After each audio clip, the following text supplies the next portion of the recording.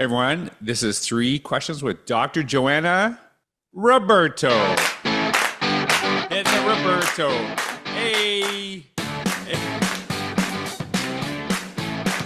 All right, Dr. JoAnna is here from Grand Erie District School Board in Ontario, Canada. And I had to bug her because I would keep hitting your spam. I'm like, why are you blocking me in your district? What's going on there? We have a real high test cybersecurity in our district. So Right. you got to be in the club here. Right. Once It's you an leave, amazing once team. once Yeah, I left Canada, that was it. I'm hitting the that's it. spam. All Yeah. right. All right. Dr. Roberto is absolutely awesome. You would never know she's a director because she's so cool. I told you that when we were talking the first time. I was like, really? You kind of Yeah. like a little too chill to be a director. And so for those who are listening, director is the Ontario version of superintendent. That's fair to say, right? And so you have like superintendents work with you and connected, but director is the boss. So tell everyone a little bit about who you are, what you do today, and actually how you got to the space of the work that you do. Oh, amazing. So JoAnna Roberto, I've been a director for 5 years in Grand Erie District School Board. I will start off with saying that it starts with a passion to be of service to the students that we serve and to build the leadership capacity to make things possible for the students that we serve. I was a superintendent of curriculum in Niagara, and from there, I had this opportunity to apply to Grand Erie, and I can say I am a proud director of Mhm. 28,000 students and 72 schools, both elementary and secondary, so spanning K to 12.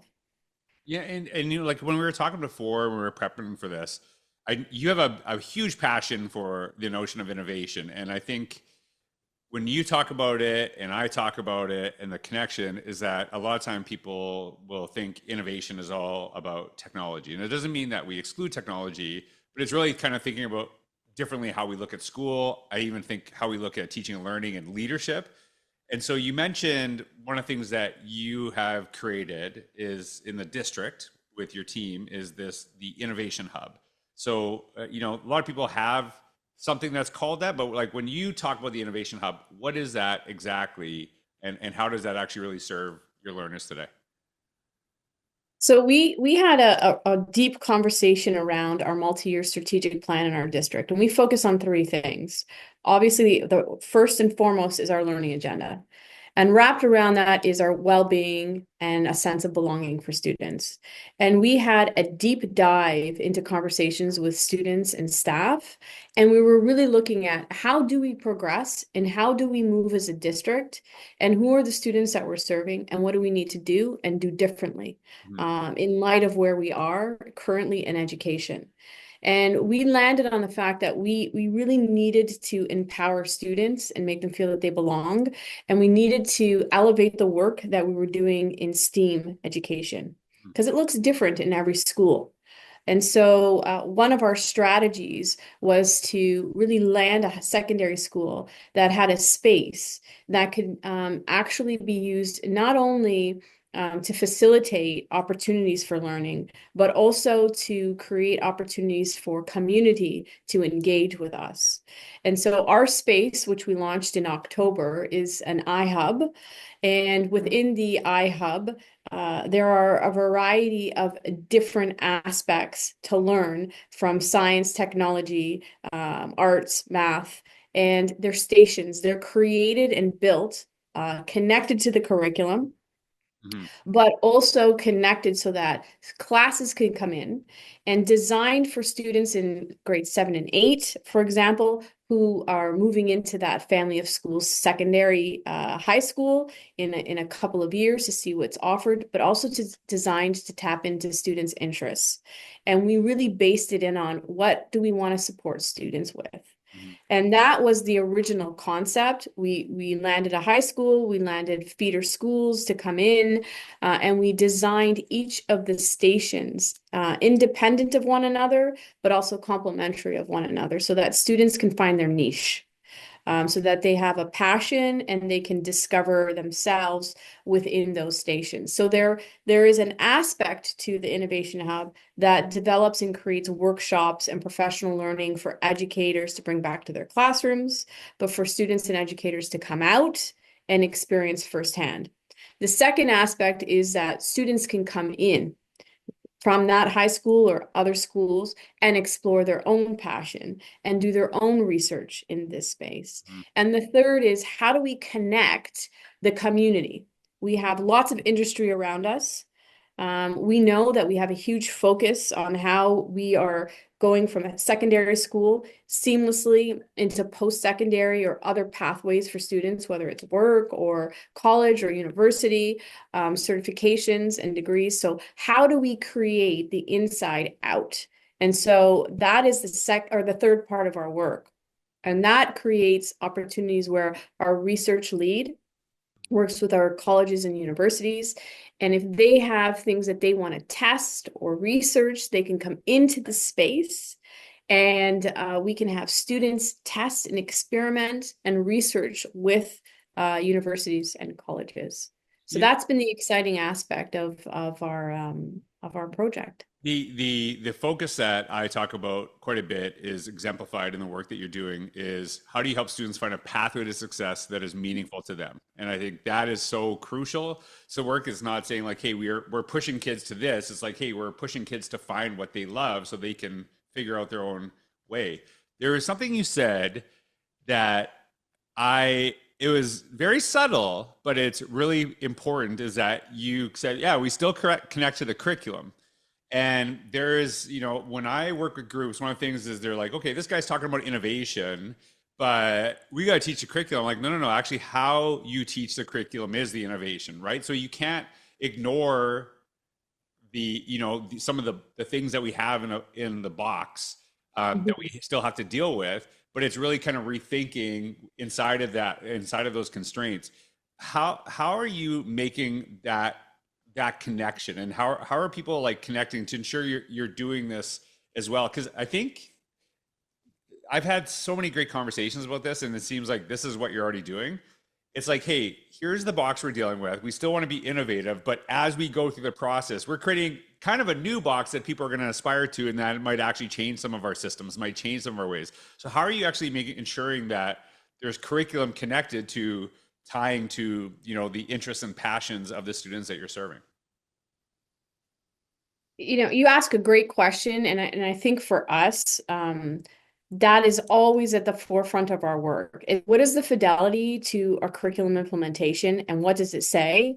And then how do we actualize it, and how do we elevate it so that it becomes just not an opportunity where you're in your classroom unpacking it, but it becomes an opportunity where you get to create it with your own hands in your own way. And so we decided that if we can look at the aspects of the curriculum that maybe for whatever reason you can't really bring it to life, or for whatever reason you need that space, or for whatever reason you need those resources in a different way, and you need to create that opportunity for students, then how can we do it in the Innovation Hub? And so for us, it was, let's look at the curriculum K-12 and let's pull out some of those aspects from a STEAM lens that we think that we can recreate and actualize in a different way and elevate the experience for the users, elevate the experience for the staff, and elevate the experience for the students. And it's the students and the educators that are going to come back from a reciprocal lens and give us back the feedback around how is this working and how do you bring it back, right? And transform it into your classroom. So it just doesn't become, we've visited or went to the Innovation Hub, but what is it about the Innovation Hub that brings you back to your classroom to create the inertia, to keep the momentum going in these spaces? And so there are things like robotics. There's a larger Lego space and a green wall, and it's the 3D printer experience. We have, coding kits. And then we have partnered with WAZED, and we have drone licensing. So that will be an aspect of it. And there's an atelier in there with digital tools. So there's something for everyone. And it is all connected to the curriculum. And so that's how we brought it to life. Yeah, and that connection to that, kids are going to be way more excited to go there. But even when you're talking about elevating your staff, so it's not like, hey, let's create this overwhelming experience for our staff that's going to be awesome for kids. It's really, how do you actually elevate your staff that they're pursuing, some of their strengths, some of their goals through that as well. One of the And what do they need, right? What do they need Absolutely. to test? And what do they need to further their pedagogy, their practice, right? And so it's through them that they will be able to provide us with the context of how they can be responsive to their learners back in their classrooms.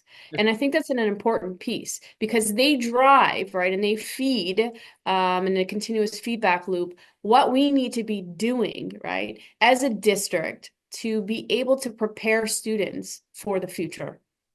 It's almost you've created a research and development, like an R&D, which is mostly known in the business sector, but not in education. But it's kind of like you're creating that. There's also something you said, and I'm very, very passionate about this, and I think it's very interconnected, but people don't see it. You said about innovation and well-being, and you could actually said that in the same sentence. And my argument has been all the time is that if you do not feel whole, if you are exhausted all the time, if you don't feel truly valued, how innovative are you going to actually be? You really have to develop, like at the heart of innovation is people, right? It's really kind of that. So how does that look like to you? Like, why do you focus on this? And by the way, I know you're very limited in time, and you're giving up a little bit of your well-being, probably not eating lunch because you have 10 million meetings. So I'm just saying. So maybe I've hurt your well-being by making you be here. So I'm keeping this short just for you. Okay. So innovation and well-being, what's the connection there in Grand Erie? So our pillar in our multi-year strategic plan is that we make sure that every student comes into the district and they feel like they belong. That means they see themselves, they're heard, and they're felt. And not only is it about the students being seen, heard, and felt, it's about how we respond to how they feel, how they're seen. And I think that's an important aspect of our work. So we have to be able to be empowered and inspired the students that we serve. And we can say "Know thy learner" from John Hattie all we want. We have to really unpack that and really understand who each individual that comes through those doors in our district or in the innovation hub are, and how we can further nurture, right, their well-being, that they feel a sense of this space being them, that they see themselves in it, that they can hear themselves in it, and that they can feel the opportunities that are there for them. And I think that's an important part of our work, is if we can tap into them, if we can learn from them, right, then we can be more of a responsive system. And the more we're responsive, the more we're actually converging and actually merging, I should say, the learning aspects and the well-being of each individual student that comes in through those doors of that innovation hub. And that's the work that we do, not just because it's the innovation hub. That's the work we should be doing all the time in our schools. And that's the work that the educators in this district, I'm proud to say, do all the time, is really understand who those students are and tap into their interests and build on it. And so this is a culminating aspect of how we build on the work to ensure that we're doing this all the time. I've always had this belief that relationships are really foundational to what we do in education. And I think in some places I know that sounds weird, there's a little pushback to this because relationships are often brought up. But I think when you talk about it as the end goal, that's a different thing as opposed to it being foundational, right? Like, how do you leverage this?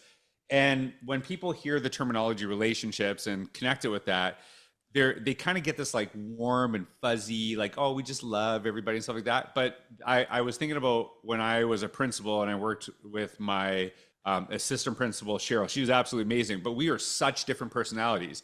I want public recognition, like I do. I want people to like say, George is awesome. She would kill me if I did that. She would just hated it. And it's knowing those things, right? It's not saying right? Like, oh, we just like it's all warm and fuzzy. It's like what brings out the best in this person, and that's really kind of knowing that too. So I this is we are so connected in what we're doing. I was actually looking at your background, and I was like, oh, she has the same album I do, but it's actually mine. I'm looking at my own background, but we're so connected. I know you're short on time. I just Yeah. want to make sure that you never did it. I need one A before we go because you dropped it hard A's. It's got to be natural. If it's not natural, it's not happening. It's got to be Listen, so natural that you pick it up. being here in the US, when people find out I'm Canadian, they're like, A. So I try, it's like a little bit of a call, like, hey, I would say it's snowing, eh? And so we'll just leave it at that today. all right. I want to call you Dr. Roberto. I want to call you Dr. JoAnna. I want to call you Dr. J because I'm a big basketball person. So, amazing stuff going in Grand Erie. I'm so excited to be connected with you. I hope you have learned as much as I have because there's so many incredible things that we can do within the context of our schools. And it's something I always say that if you say you can't do something, somebody somewhere else is already doing this thing you say you can't do. And I think you're a great example of that. So congratulations. We have to maybe extend this and maybe one day go into the innovation hub, so you can see it and experience it as a part 2 of your podcast, because that's just one aspect of how we're moving the needle here and moving forward in a future thinking domain, and that means always looking for how we improve as a learning organization. And so for me, it's all about how we connect, how we model, and how we're present. And those 3 things tie very closely to relationships. And so if we have an opportunity, I would love to talk to you further about what we're doing in our this evening. We're going to be launching our Center of Excellence for Teaching, Learning, and Belonging. And we're also looking at what does a post-secondary pathway look like.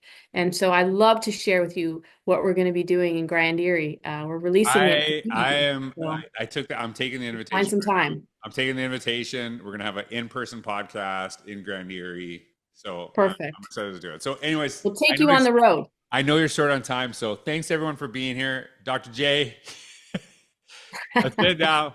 All right. Have a wonderful day. Take care.